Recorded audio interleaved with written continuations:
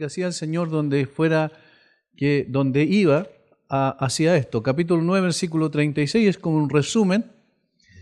Dice, versículo 35, quiero decir, recorría Jesús todas las ciudades y aldeas enseñando en la sinagoga de ellos y predicando el evangelio del reino y sanando toda enfermedad y toda dolencia en el pueblo. Estas tres cosas se reiteran también más adelante en el mismo evangelio y son como una síntesis, un resumen de lo que Jesús hacía habitualmente. Enseñaba, predicaba y sanaba.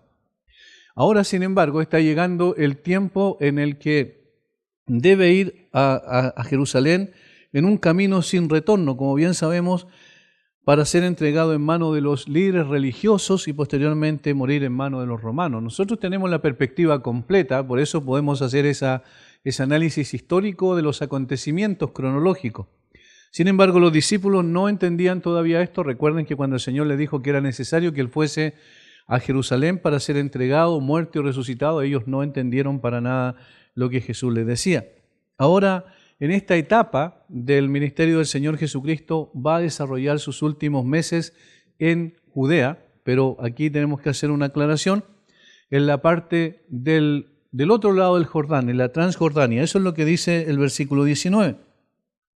Se alejó de Galilea y fue a las regiones de Judea al otro lado del Jordán. Transjordania significa tras el Jordán o al otro lado, ¿verdad?, del Jordán, en la región que se denominaba normalmente de Perea, que era al sur de Israel, pero al otro lado del Jordán. Es ahí donde seguirá sanando digamos, a todos aquellos que acudían a Él en gran multitud, versículo 2, y le siguieron grandes multitudes y los sanó allí. Posteriormente cruzaría el Jordán y estaría entonces en Jerusalén, y como bien sabemos los acontecimientos que acabo de sintetizar que pasaron en Jerusalén posteriormente. Por eso esta etapa era muy interesante en la vida del Señor Jesucristo, y aquí se va a topar con ciertas cosas importantes en relación con las personas y con las relaciones que habían entre las personas, en primer caso versículo 1 al 12, entre sí, es decir, en la relación matrimonial, el versículo 13 al 15 respecto de los niños y cuál era la forma en que debía que acogerlos, y luego en las relaciones del hombre con sus posesiones en cuanto a cómo podía, tomar decisiones en relación a Dios y a sus posesiones, versículos 16 al 30 con esta historia del joven rico. De tal manera que aquí comienza todo el desarrollo de estos versículos o de este capítulo con una cuestión sumamente importante que le vamos a llamar en el día de hoy la cuestión del divorcio. Versículo 3. Entonces vinieron a él los fariseos tentándole y diciéndole, ¿es lícito al hombre repudiar a su mujer por cualquier causa? Ese es el punto focal de los primeros 12 versículos. El tema es bastante claro, es evidente por lo que dice el texto. Aquí hay algunas cuestiones interesantes porque el propósito de los fariseos al preguntarle no era necesariamente saber si era lícito o no divorciarse de su mujer, sino principalmente tentarle, como dice el versículo 3. Entonces vinieron a él los fariseos tentándole y diciéndole, esa era la finalidad, eso es lo que había en su corazón. Aquí estaba tratando Jesús de una cuestión que era un problema de ardiente actualidad en su tiempo y tal como lo es en el día de hoy también. Los judíos tenían un concepto muy alto del matrimonio. En el Oriente normalmente el matrimonio no era considerado como algo tan importante como sí para los judíos lo era.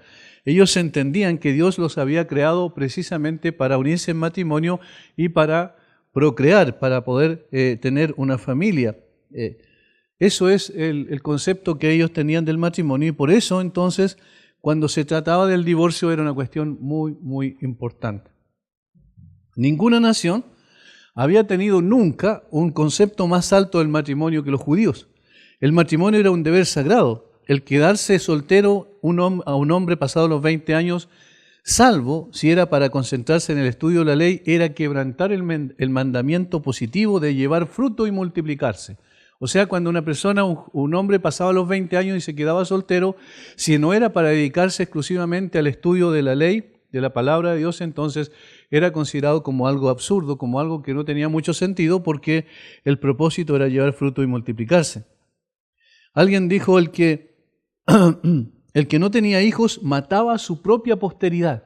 El que no tenía hijos mataba a su propia posteridad y limitaba la imagen de Dios en la tierra, porque recuerden, cuando el Señor los creó, dice, id multiplicaos y llenad la tierra. De tal forma que en la multiplicación implicaba entonces también multiplicar la imagen de Dios para llevarla a todo lugar. Cuando marido y mujer son como es debido, la gloria del Señor está con ellos. Eso es lo que pensaban los judíos. En el matrimonio no se entraba a la ligera ni descuidadamente. Flavio Josefo, el historiador judío del primer siglo, dice, perdón, un hombre había de casarse con una virgen de buena ascendencia, no debía nunca corromper a la mujer de otro hombre y no debía casarse con una mujer que hubiera sido esclava o prostituta. Habían ciertos lineamientos, ciertos principios, ciertos preconceptos que tenían ellos antes de casarse, de tal manera que no podían hacerlo con ciertas personas porque consideraban que el matrimonio era algo muy especial. Si un hombre acusaba a su mujer de no haber sido virgen cuando se casó con ella, tenía que presentar pruebas de su acusación. De tal manera que no era un asunto simple decir, no, yo ahora me quiero divorciar porque yo pensé que la mujer con la que me casé era virgen, pero no lo era, sino que tenía que presentar, dejando en evidencia que efectivamente era así. Y si eso ocurría, bueno, era súper compleja la situación para la mujer porque tenía una pena muy alta, como bien sabemos, por lo que entendemos era la lapidación. Por otro lado, también, si el hombre y la mujer se unían antes del matrimonio y eran denunciados según la ley del Antiguo Testamento, según, digamos, los conceptos del judaísmo, del concepto del matrimonio, tenían que morir ambos, si es que era por consentimiento mutuo. Y si no era así, si era por violación, el hombre moría, y si era de otra manera, también habían penas muy fuertes en contra de lo que esto significaba, porque era una violación del mandamiento claro del Señor. De tal forma que ellos sí tenían un alto concepto del matrimonio. Por eso que en principio el divorcio era aborrecido. Recuerden Malaquías 2:16, que dice que yo aborrezco el divorcio, y esas son palabras del Señor a través del profeta. Por tanto, ellos entendían que el matrimonio era algo serio, no era algo así a la ligera. Ahora, en este caso particular, ya en el primer siglo, cuando le preguntan al Señor Jesucristo los fariseos, recuerden quién eran, los de la secta más estricta del judaísmo, fueron donde el Señor para preguntarle, pero el propósito no era precisamente hacerle una pregunta para conocer algo, ellos no deseaban ser enseñados, sino que tenían la finalidad de poder cuestionar al Señor o encontrarlo en algún error que violara la ley para poder acusarlo y posteriormente darle muerte, como sucedió en forma posterior. Vamos a ver la pregunta. ¿Es lícito al hombre repudiar a su mujer por cualquier causa? ¿Es lícito repudiar el hombre a su mujer por cualquier causa? Ahí hay una implicación. Aquí el repudio significaba separación, libertad, dejar a la persona, separarse de ella y dejarla en libertad. Cuando le preguntaron a Jesús esto, por detrás de ella había una situación que molestaba y preocupaba. Jesús iba a contestar de una manera que resultó alucinante para los judíos. La respuesta del Señor Jesucristo, la forma en que Él lo plantea es muy interesante. Ahora, una cosa importante era que si el Señor Jesucristo contestaba de una o de otra manera según lo que ellos estaban preguntando, entonces ellos pensaban que iba a quedar casado en sus propias palabras o se tenía que abanderar con uno u otro bando. Y aquí tengo que hacer una explicación más grande. Los fariseos habían dos líneas teológicas, vamos a decir, de pensamiento y que eran totalmente diferentes la una de la otra. Eran los de la escuela de Gilel, se llamaba, ese se conocía por el rabino, ¿cierto?, que había creado ese sistema de pensamiento teológico, y por otro lado estaba los del rabino Shammai. Entonces Gilel y Shammai eran dos de las grandes facciones del judaísmo, de los fariseos, y entre ellos dos habían disputas constantemente. Entonces la pregunta que ellos hacen al Señor Jesucristo estaba en ese contexto, para poder entender un poquito mejor de qué se trataba. Los de Gilel eran los más liberales, eran los que consideraban que el hombre podía repudiar a su mujer por cualquier causa. Es decir, cualquier cosa, hasta lo más impensable, el hombre simplemente decía, no me gustó esto, y daba carta de divorcio, y la carta de divorcio simplemente escribía un par de palabras, la firmaba, y eso era todo. De tal manera que estas personas eran completamente liberales en su manera de pensar, eran relativistas, como podemos ver. Dependía del hombre simplemente dar carta de divorcio a la mujer por cualquier causa. Y la otra facción eran los de Shammai, y ellos eran mucho más estrictos. Podríamos decir que estamos en el lado de los conservadores, de aquellas personas que tenían una moral un poco más alta y que consideraban que la única excepción para poder producir el divorcio era la fornicación o el adulterio. De tal manera que estos representaban las dos grandes facciones de ese momento. Ahora, por lo que dice la pregunta, aparentemente el que la está haciendo era alguien de la facción de Shammai. Fíjense la intencionalidad. Entonces vinieron a él los fariseos tentándole y diciéndole, ¿es lícito al hombre repudiar a su mujer por cualquier causa? O sea, ellos querían aparentemente que el Señor Jesucristo respondiera, no es lícito hacerlo por cualquier causa. Si respondía de esa manera, entonces el Señor se estaba alineando con una de las facciones de los fariseos. Si respondía por otro lado, sí, es lícito hacerlo por cualquier causa, se estaba alineando con otra facción de los fariseos. Ahora, ellos posteriormente tenían la cartita bajo la manga, como dice el versículo 7, y posteriormente ellos iban a confrontar al Señor Jesucristo con la propia ley de Moisés. ¿Por qué pues mandó Moisés dar carta de divorcio o repudiarla? Noten cómo de esa manera entonces ellos están cuestionando al Señor Jesucristo y lo están confrontando, poniendo contra la pared para que una u otra cosa que Él dijera en su respuesta pudiese ser una causa de acusarlo posteriormente. El texto en cuestión, el más importante, está en Deuteronomio capítulo 24, a lo que ellos después están citando, según el versículo 7 que acabamos de leer, Mateo 24, versículo 1 en adelante. Leámoslo para tener más o menos el contexto. Cuando alguno tomare mujer y se casare con ella, si no le agradare por haber hallado en ella alguna cosa indecente, le escribirá carta de divorcio y se la entregará en su mano y la despedirá de su casa. Y salida de su casa podrá ir y casarse con otro hombre.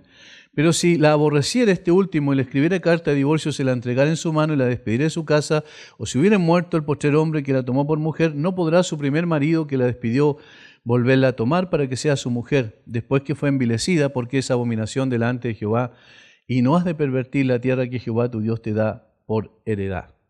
Allí hay una clara y directa afirmación respecto a lo que debía pasar con la mujer y el matrimonio, digamos, y cómo el hombre podía darle carta de divorcio. Notemos la segunda parte del versículo 1. Si no le agradare por haber hallado en ella alguna cosa indecente. Esa era la parte que requería más cuestionamiento. ¿Qué significaba eso? Este era el punto focal de la discusión.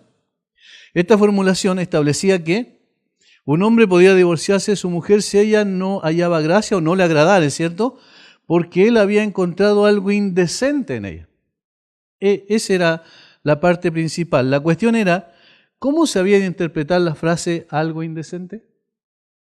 Y por eso habían dos facciones claramente distinguidas y contrarias la una con la otra. En este punto los rabinos judíos estaban divididos diametralmente y era aquí donde los interlocutores de Jesús querían involucrarle, o sea, querían poder meterle en la discusión de esas dos facciones.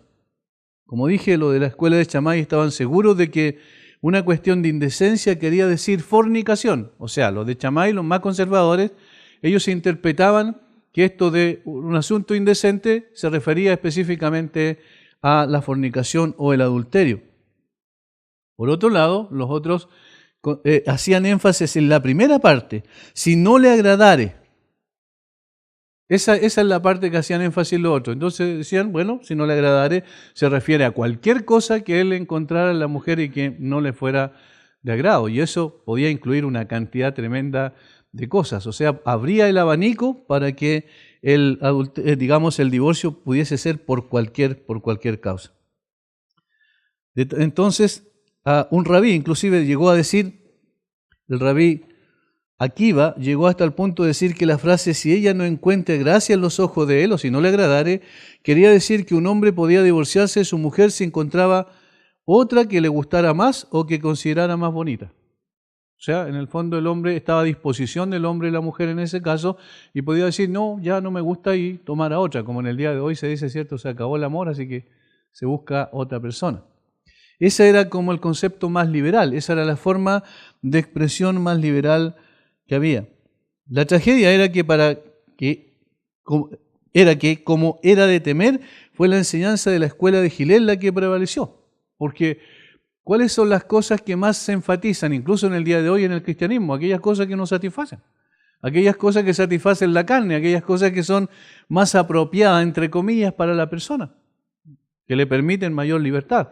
Y entonces la de Gilel, la escuela más liberal, era la que se imponía. El vínculo matrimonial se tomaba a menudo a la ligera y el divorcio se hizo corriente por causas triviales. Más adelante vamos a ver qué causas, por ejemplo, fueron las que permitían que un hombre pudiese divorciarse en una forma abierta de su mujer. Entonces, esta interpretación de estas frases era lo que en definitiva producía tantas diferencias entre una y otra facción del judaísmo tradicional o de los fariseos. ¿Es lícito al hombre repudiar a su mujer por cualquier causa? Y la respuesta del Señor Jesucristo en la cual nos vamos a detener mucho más tiempo, vamos a tratar de profundizar, porque es totalmente contraria a lo que nosotros podríamos esperar. Si alguien nos hace una pregunta como la del versículo 3, ¿qué nosotros responderíamos inmediatamente? ¿Es lícito o no es lícito? Es decir, responderíamos tal cual la pregunta que le hacen. ¿Es lícito al hombre repudiar a su mujer por cualquier causa? Es una pregunta directa. Sin embargo, el Señor Jesucristo responde de una manera totalmente distinta a la pregunta capciosa. Recuerden que la intención de la pregunta era tratar de encontrar al Señor en un error, en un error que pudiese acusar de transgredir la ley de Moisés, por ejemplo. Sin embargo, el Señor respondió a esta pregunta con otra pregunta. Versículo 4. Él respondiendo les dijo, ¿no habéis leído que el que los hizo al principio, varón y hembra los hizo? Y dijo, por esto el hombre dejará padre y madre, se unirá a su mujer, y los dos serán una sola carne. Esa es la pregunta, la larga pregunta que hace el Señor. Es muy interesante que esta pregunta que hace el Señor lleva implícito un reproche. ¿Por qué razón podemos decir eso? Porque el Señor les dijo, ¿no habéis leído? ¿A quién se estaba dirigiendo? ¿A ignorantes? ¿A personas que no tenían idea del Antiguo Testamento? No, a personas que apoyaban toda su teología precisamente en la ley de Moisés, los primeros 5 libros de la Biblia. Y la cita que el Señor va a hacer, o la doble cita que el Señor va a hacer del Antiguo Testamento, era precisamente la ley de Moisés, de Génesis para ser más exacto. De tal manera entonces que eso se considera la ley de Moisés, los primeros 5 libros de la Biblia, como bien sabemos. Ahora, el Señor entonces le va a hacer un fuerte reproche. Es muy similar a lo que el Señor Jesucristo le dice a Nicodemo, ¿recuerdan? ¿Eres tú maestro de Israel y no sabes estas cosas? Cuando le habla sobre el nuevo nacimiento. Es decir, estaba hablando con teólogos y entonces el Señor está diciendo, ustedes parece que no han leído, no entienden para nada lo que la palabra de Dios ha revelado en cuanto, y aquí está la clave, en cuanto al matrimonio. El Señor Jesucristo no le habló del divorcio, en principio. ¿Lo notan? Ellos preguntaban si es lícito el divorcio por cualquier causa del hombre repudia a su mujer y Jesús dice, a ver, empecemos por el principio y hablemos del matrimonio, porque si no comprendes bien lo que es el matrimonio, entonces obviamente vas a estar preguntando por lo del divorcio. Si tienes una comprensión correcta del matrimonio según la voluntad de Dios, entonces ni siquiera vas a preguntar por el divorcio. Esta sabiduría obviamente exclusiva del Señor nos deja a nosotros grandes lecciones para ver ¿Cuál es el punto focal? Cuando empezamos una discusión o alguien nos hace una pregunta en cuestión, ¿dónde debemos acudir para poder responder? Obviamente a lo revelado por Dios, a la voluntad de Dios, a lo que Dios quiso desde el principio. Y esto es lo que normalmente se conoce como cosmovisión.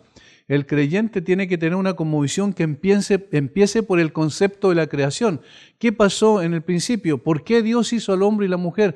¿Para qué Dios hizo al hombre y la mujer? Eso es lo que el Señor Jesucristo está tratando de llevar a la reflexión a estas personas.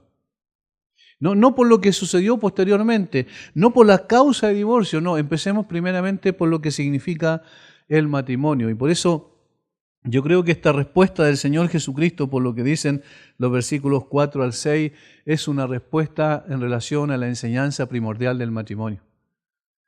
La mayor parte del problema se da porque la gente no entiende qué es lo que es el matrimonio. Y al no comprender lo que es el matrimonio, a tratar de reinterpretarlo según conceptos populares, entonces eso distorsiona la verdad que al principio Dios mandó. ¿Cuál es el argumento del Señor? El argumento de la creación.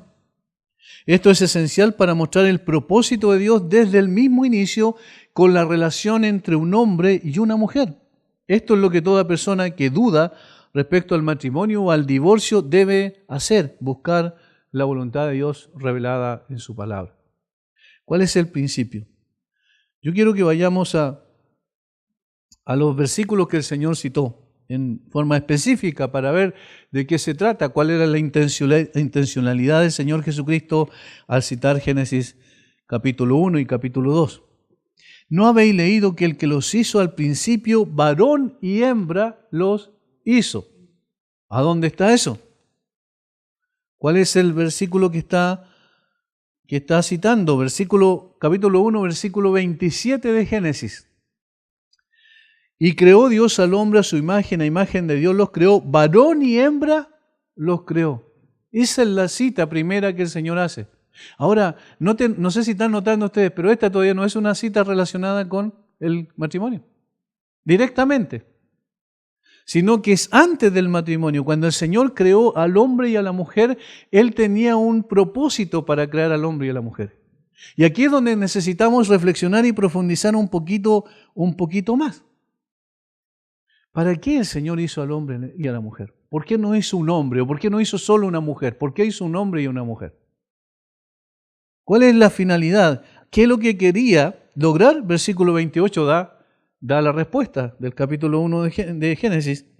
Y los bendijo Dios y les dijo, fructificad y multiplicaos, llenad la tierra y sojuzgadla y señoread en los peces del mar, en las aves de los cielos y en todas las bestias que se mueven sobre la tierra. Ambos iban a ser corregentes de la creación de Dios y ambos lo iban a hacer multiplicándose. Y por eso es que es interesante esto, pero cuando las personas dicen, no, la Biblia no se habla en contra de la homosexualidad, Jesús no dijo nada en contra de la homosexualidad. ¿Y qué es lo que significa esto? Varón y hembra los creó y les dijo, fructificad, multiplicad, llenad la tierra. Evidentemente, el concepto está allí implícito. Existe solo hombre y mujer. El Señor creó al hombre y a la mujer con un propósito específico para que sojuzgara, llenara la tierra, se multiplicara y llevara la imagen de Dios a todo lugar. Entonces, en ese sentido, los judíos tenían un buen argumento al respecto. En el principio, dijo Jesús, Dios creó a Adán y Eva como un hombre y una mujer. No cabe duda que en las circunstancias del relato de la creación, Adán y Eva fueron creados el uno para el otro. Eso lo tenemos más adelante en el capítulo 2. En el capítulo 2, versículo 18. Y dijo Jehová Dios, no es bueno que el hombre esté solo, le haré ayuda idónea para él. Había una necesidad de complementarse el uno para con el otro. De tal manera que el Señor ya está yendo un poquito más específicamente a lo que es el matrimonio. Ahora, notemos una cosa. ¿Quién creó a Adán y Eva? Parece obvio, ¿cierto? Pero yo quiero que entendamos un poquito de qué se trata. Dios, ¿verdad? Ahora, ¿quién sabe entonces cuál es la función del hombre y cuál es el de la mujer? Porque Dios los creó con un propósito. Ahora, ¿quién sabe entonces qué es lo que significa el matrimonio? ¿Quién puede, en el fondo, interpretar correctamente el matrimonio? ¿Y quién más? Nadie más. ¿Por qué?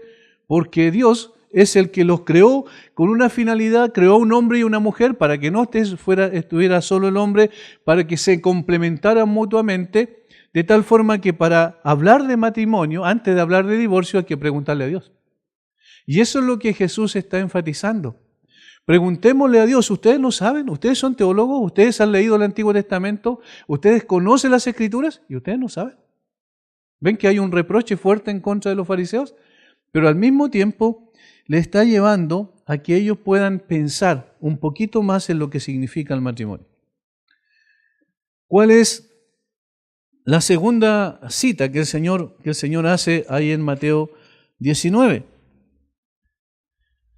Versículo 5. Y dijo: por esto el hombre dejará padre y madre, se unirá a su mujer y los dos serán una sola carne. Allí está la segunda cita y que tiene que ver directamente con el matrimonio. Miren, notemos, hermanos, en la medida en que una persona tenga un correcto concepto de Dios, un correcto temor de Dios, un correcto concepto de las Escrituras y de la suficiencia de ellas, ¿qué es lo que va a hacer para saber qué es lo que es el matrimonio? Va a ir a las Escrituras, porque Dios dijo cómo debía ser el matrimonio. Posteriormente, entonces, si el hombre y la mujer tienen una relación personal con Dios, entonces ambos van a poder estar en condiciones de saber cuál es la función y el propósito del matrimonio. Ahora bien, Jesús estaba diciendo que fueron creados el uno para el otro y para nadie más. Su unión fue necesariamente completa e indisoluble. Y eso es lo que va a decir en el versículo 24. Por tanto, dejará el hombre a su padre y a su mujer. Estoy hablando del capítulo 2 de Génesis, ¿cierto? Por tanto, dejará el hombre a su padre y a su madre y se unirá a su mujer y serán una sola carne. Esto que normalmente decimos los pastores cuando hay un matrimonio tiene implicancias muy profundas.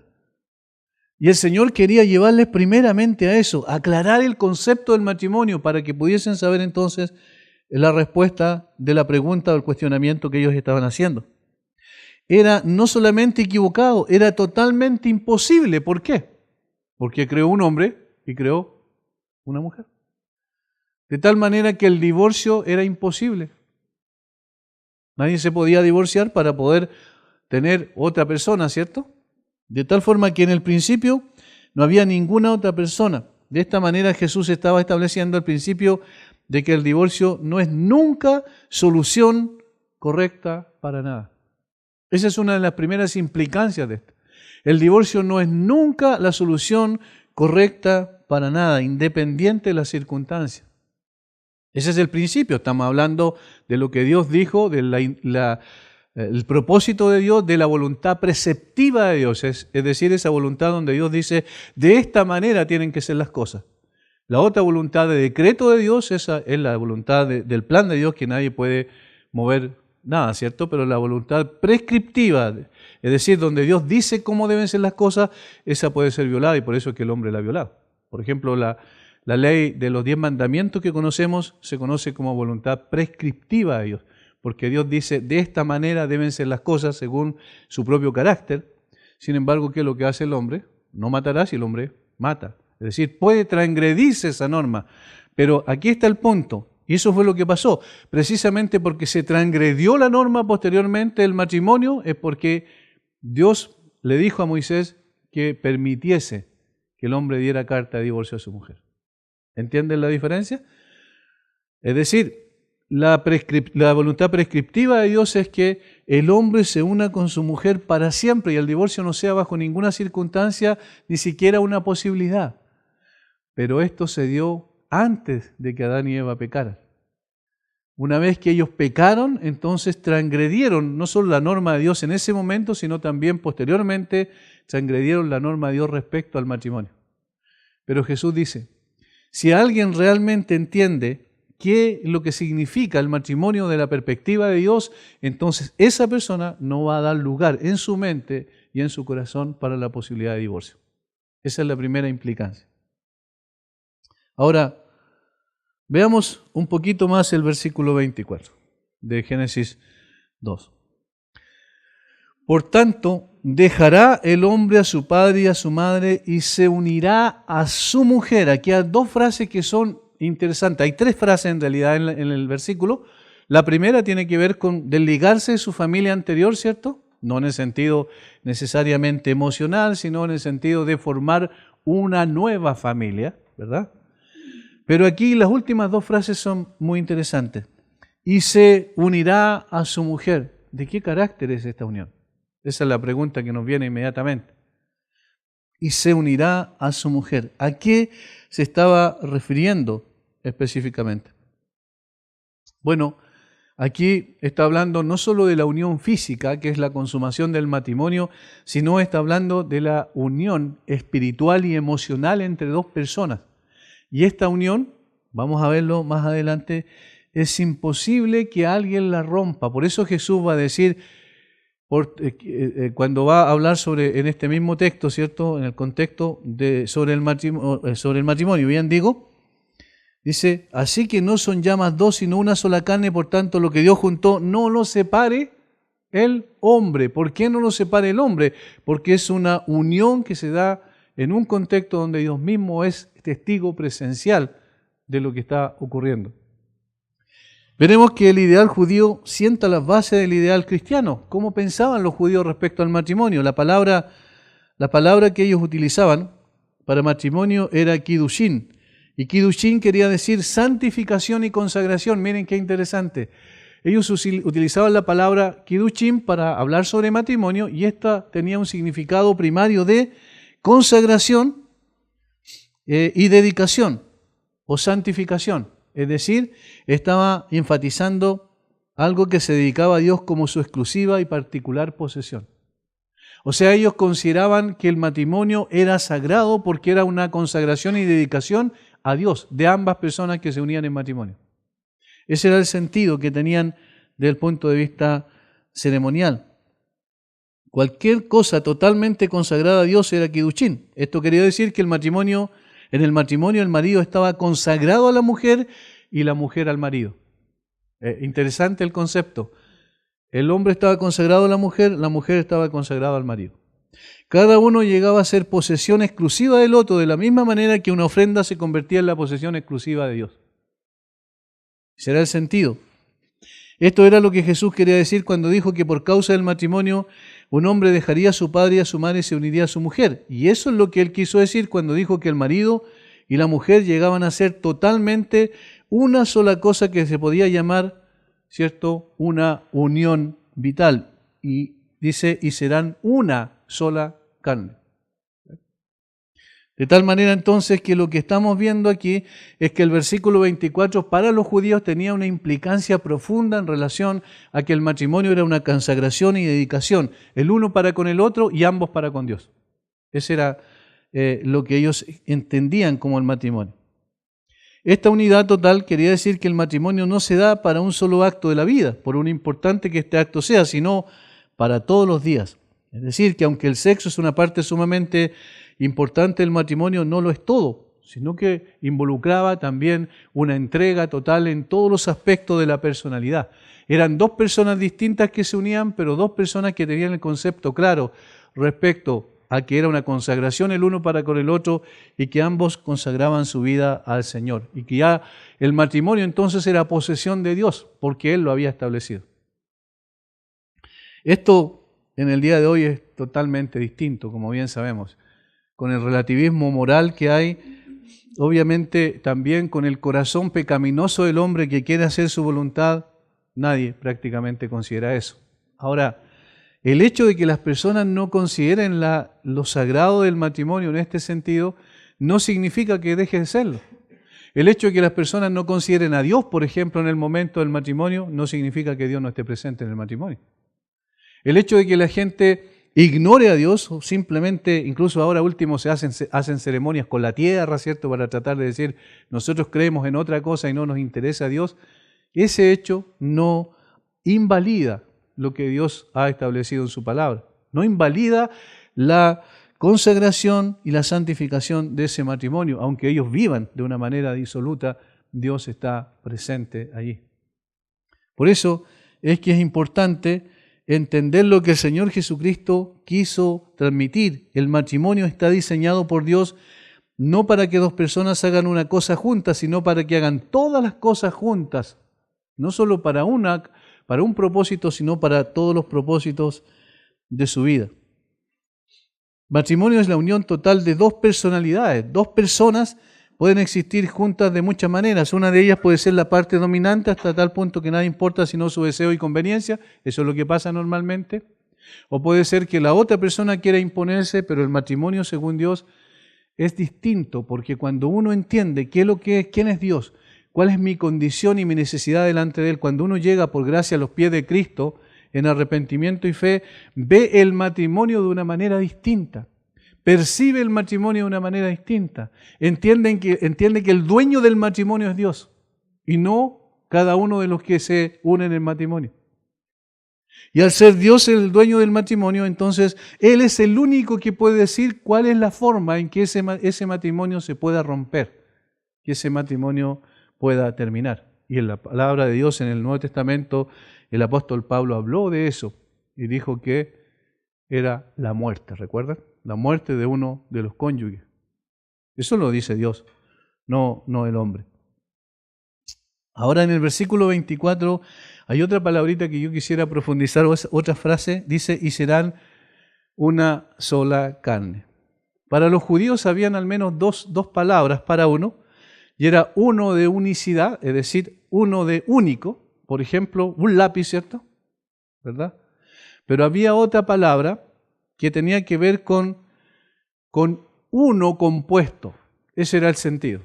Y la palabra que se utiliza aquí es uno compuesto, por supuesto. Cuando dice, y serán una sola carne, está utilizando esa segunda palabra de uno compuesto, ejad, literalmente en el hebreo. ¿Por qué compuesto? Compuesto por dos personas, el hombre y la mujer, y se unirán y serán una sola carne, pero uno compuesto indisoluble. Yo quiero que vayamos a Deuteronomio para poder comparar dónde aparece nuevamente esta palabra. Aparece en muchas partes, pero esto es interesante. Y es interesante como teólogos en el último tiempo están viendo la conexión que hay entre el matrimonio, la unidad del matrimonio y la unidad de la Trinidad. Miren qué importante. Capítulo 6, versículo 4. Esto se conoce como el Shema. Oye Israel, Jehová nuestro Dios, Jehová uno es. En el lenguaje normal a nosotros no nos parece muy raro, pero quiero explicar un poquito. Oye Israel, Jehová, IHWH, nuestro Elohim. Elohim es una palabra para Dios, pero que es plural. Eso es muy interesante.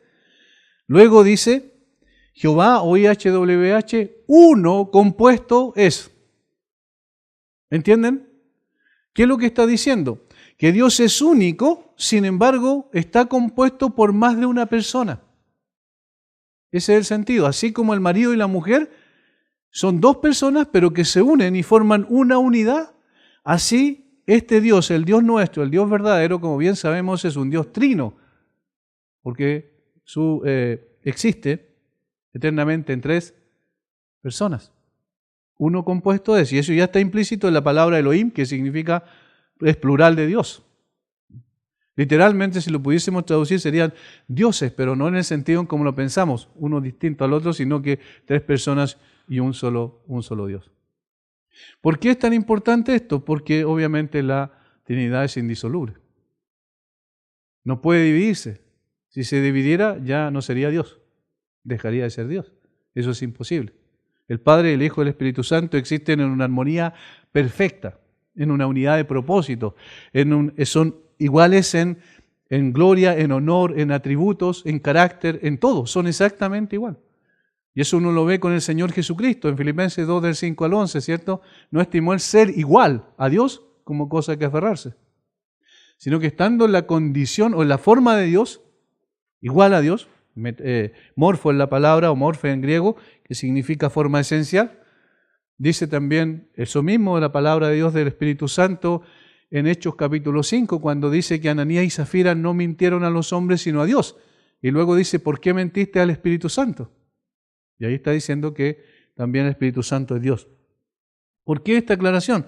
Porque esa palabra que utiliza Moisés al escribir Génesis, donde dice que serán una sola carne, está hablando de una unidad permanente, de una unidad que no se puede romper.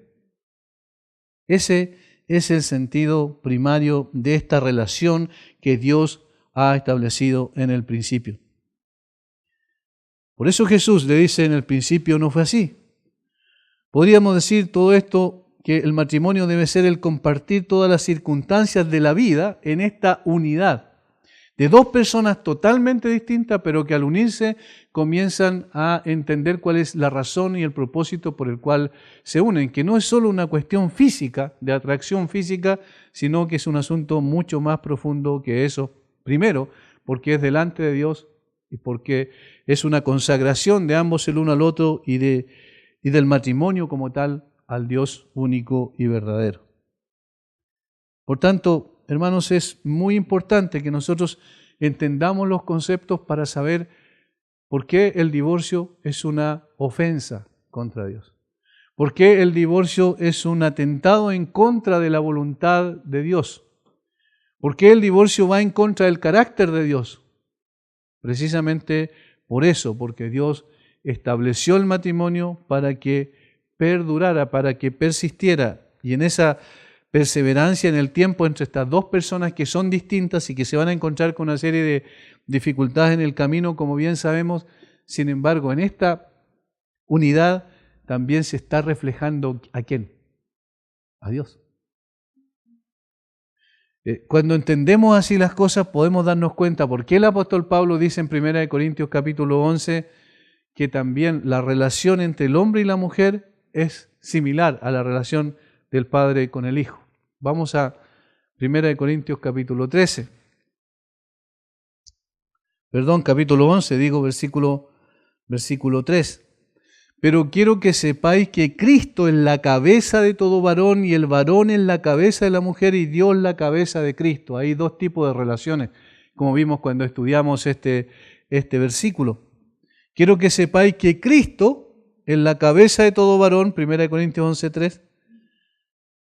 Cristo es la cabeza de todo varón y el varón es la cabeza de la mujer y Dios la cabeza de Cristo. Fíjense cómo dice aquí. Que Dios el Padre es la cabeza de Cristo, pero Dios el Padre y Cristo son de la misma esencia. Ninguno es superior a otro. Hay una unidad entre ellos perfecta donde el Hijo se somete voluntariamente al Padre. Pero también dice que el varón es cabeza de la mujer, pero no hay ninguna diferencia en ellos en cuanto a dignidad, ¿verdad? A lo que son, a importancia, sino que son exactamente lo mismo, pero la diferencia es que también la mujer se somete voluntariamente al varón. De tal forma entonces que la unidad de la Trinidad es un ejemplo que se revela de alguna manera a través del matrimonio.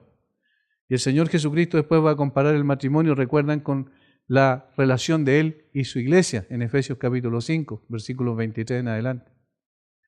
Porque la conexión que hay es muy, muy importante. Y entonces el Señor Jesucristo está diciendo, miremos al principio, porque allí vamos a aprender cuál es realmente la voluntad de Dios, y entonces podemos concluir necesariamente que cualquier intento o cualquier cosa que haga el hombre para producir un divorcio es contrario claramente a la voluntad explícita de Dios en las Escrituras.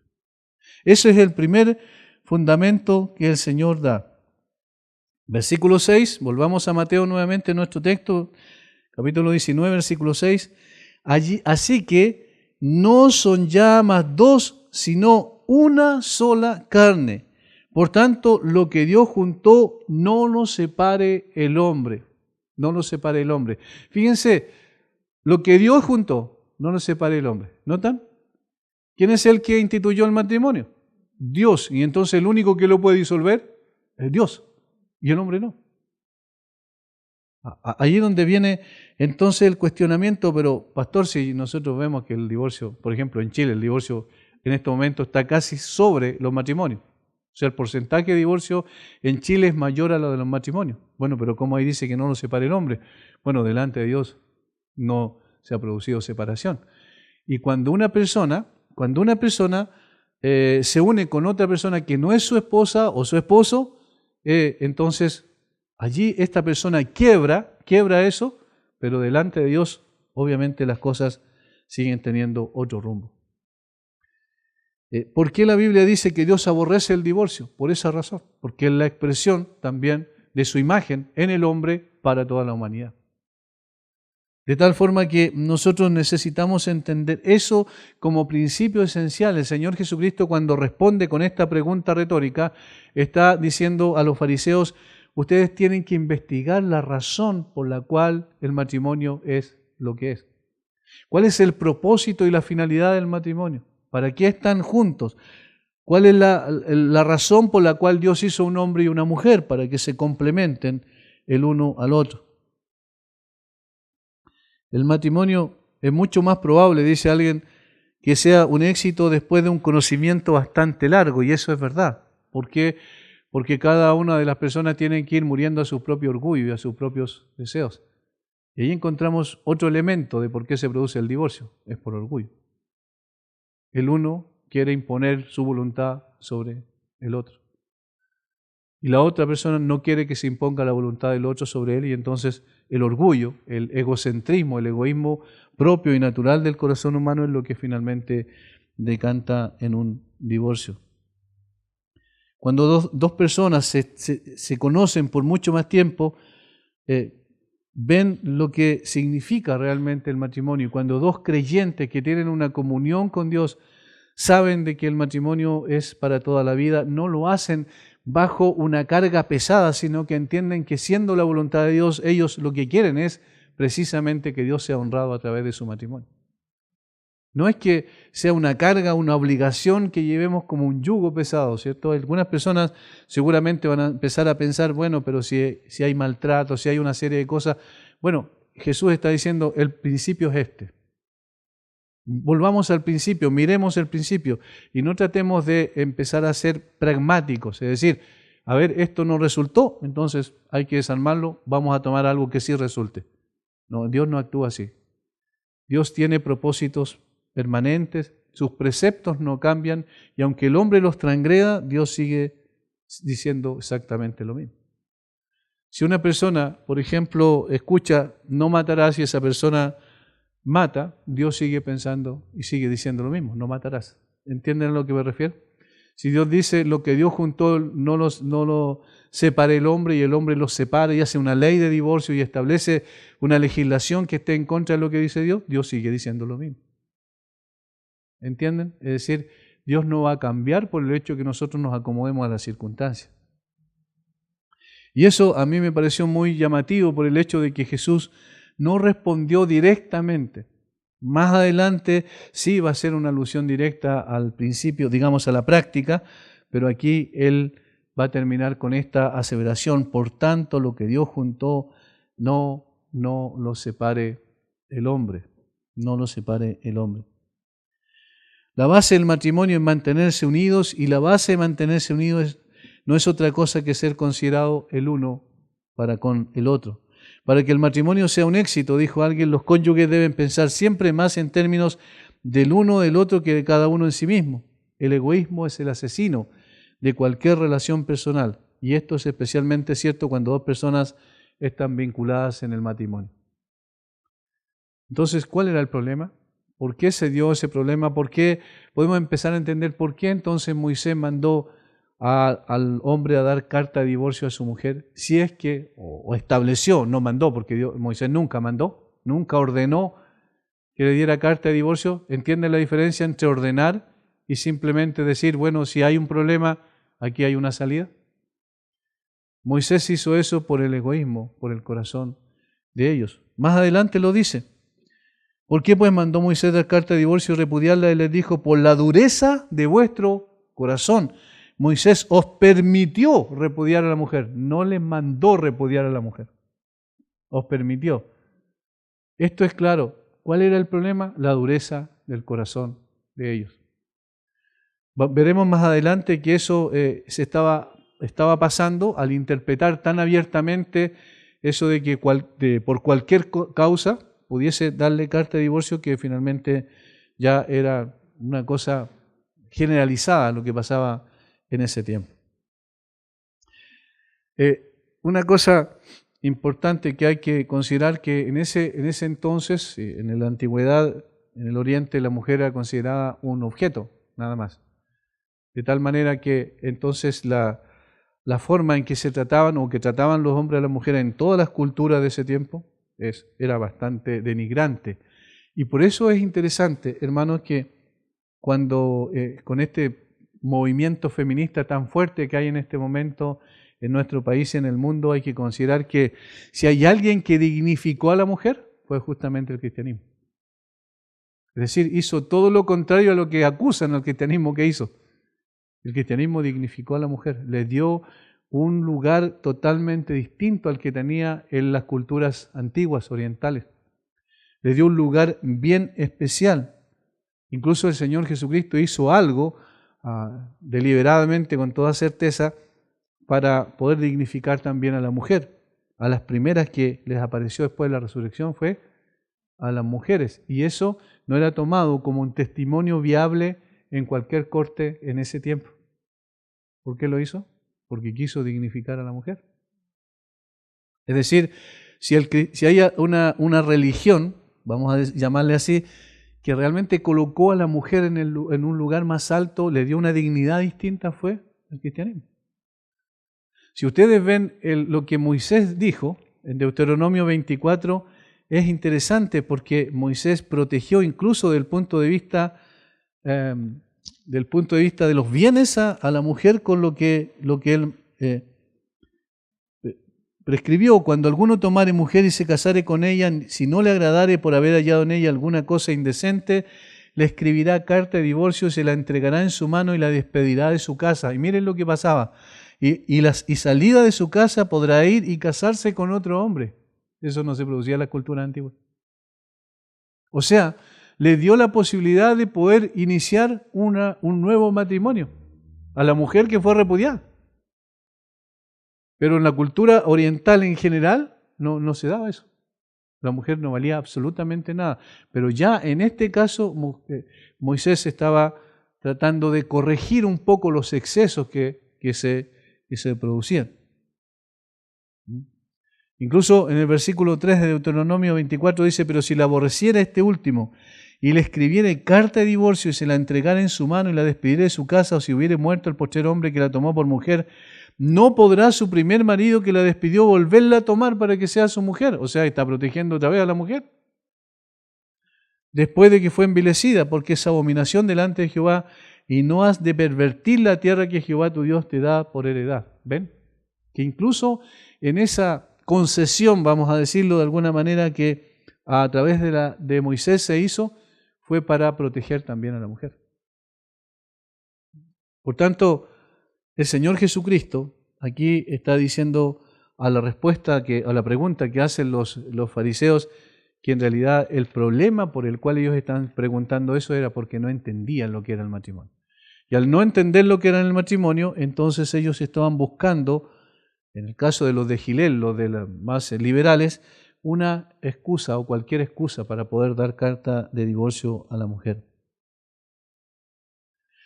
Luego no quise tomarlo todo ahora porque después viene la respuesta más específica del Señor Jesucristo, del versículo 7 en adelante.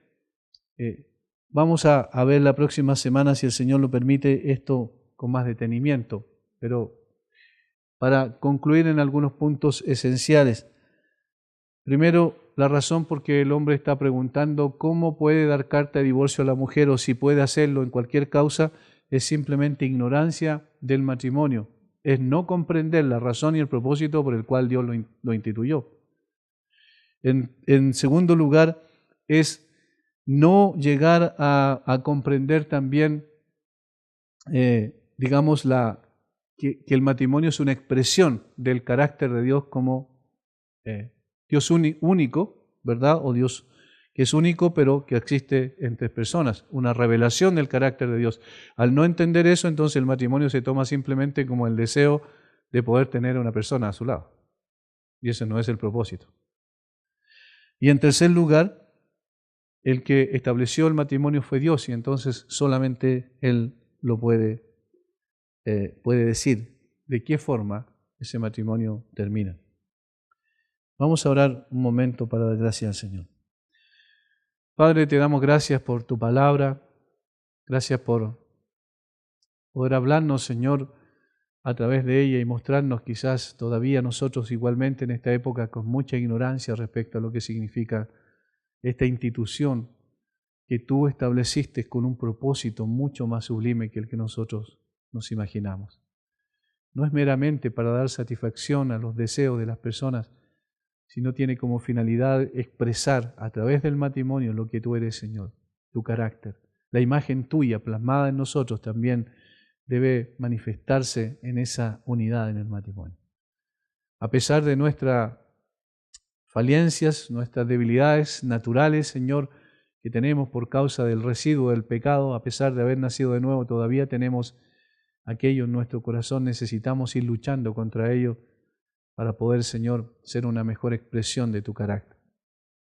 Necesitamos también que tú nos ayudes a poder entender que nunca el propósito tuyo fue el divorcio o la separación de un hombre y una mujer que se unen en el matrimonio. Que eso fue producto del corazón duro del hombre nada más, por el pecado, Señor. Y que pase lo que pase, tú vas a estar siempre presente en un matrimonio, porque de esa manera también, Padre, tú estás mostrando que el matrimonio tiene una implicación de algo sagrado, consagrado a ti, santificado a ti. Ayúdanos a pensar de esa manera cuando tenemos diferencias, a veces insignificantes, Señor, con nuestro cónyuge, y enséñanos a vivir bajo la autoridad de tu palabra, deseando honrarte a ti. Si queremos honrarte con nuestra vida, entonces también, Señor, lo haremos en el contexto del matrimonio, a pesar de las falencias que tú vas a ir quitando paso a paso de nuestro corazón. Bendice a mis hermanos. Guíanos, Señor, y ayúdanos a vivir según tus principios y no según los principios que el mundo ha establecido. Lo rogamos en el nombre de Jesús. Amén.